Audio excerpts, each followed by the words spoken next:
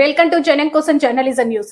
సోమవారం ప్రజావాణిలో Sri Venkateswara stone crusher permission రద్దు చేయాలని కొత్తగా వచ్చే క్రషర్ టెండర్ను పర్మిషన్స్ ఇవ్వకూడదని కలెక్టర్ గారికి వినతి పత్రం ఇచ్చి కలవడం జరిగింది.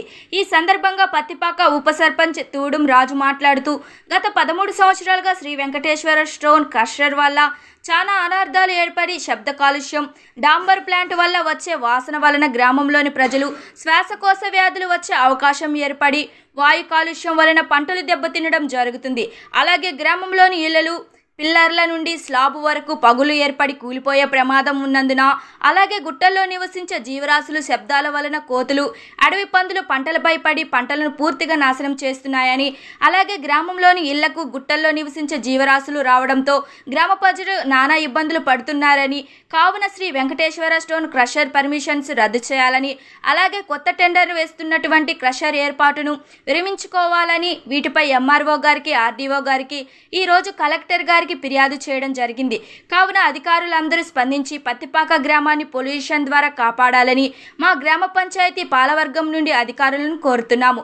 ఈ కార్యక్రమంలో వార్డు మెంబర్లు కె వీరప్రతాప్, పోతుగంటి ప్రమీల, సారయ్య, గంజిరాజు, అంకేశ్వరపు, సాయిలక్ష్మి, కోడిమాల మహేందర్, గజ్జి రమేష్, గడ్డమీది హారతి, కర్ణాకర్, చిట్టిరెడ్డి, పద్మ, జంగారెడ్డి, ఐరబోయిన స్వప్నరాజు, కందగడ్ల ప్రవీణ్ కుమార్, తూడుం శ్రవంతిరాజు, నాయకులు పెండెల కిరణ్, పోతుగంటి సాంబరాజు తదితరులు పాల్గొన్నారు.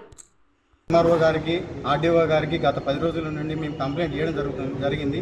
ఈ రోజు కూడా కలెక్టర్ గారికి ఇస్తే కలెక్టర్ గారు కనీసం స్పందన లేదు, ఇది మాకు సంబంధించిన కాదంటున్నారు.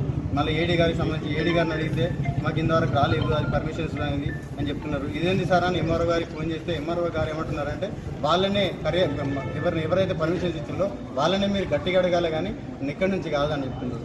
మా గ్రామ పంచాయతీ నుండి మేమైతే ఎలాంటి పర్మిషన్స్ ఇవ్వలేదు.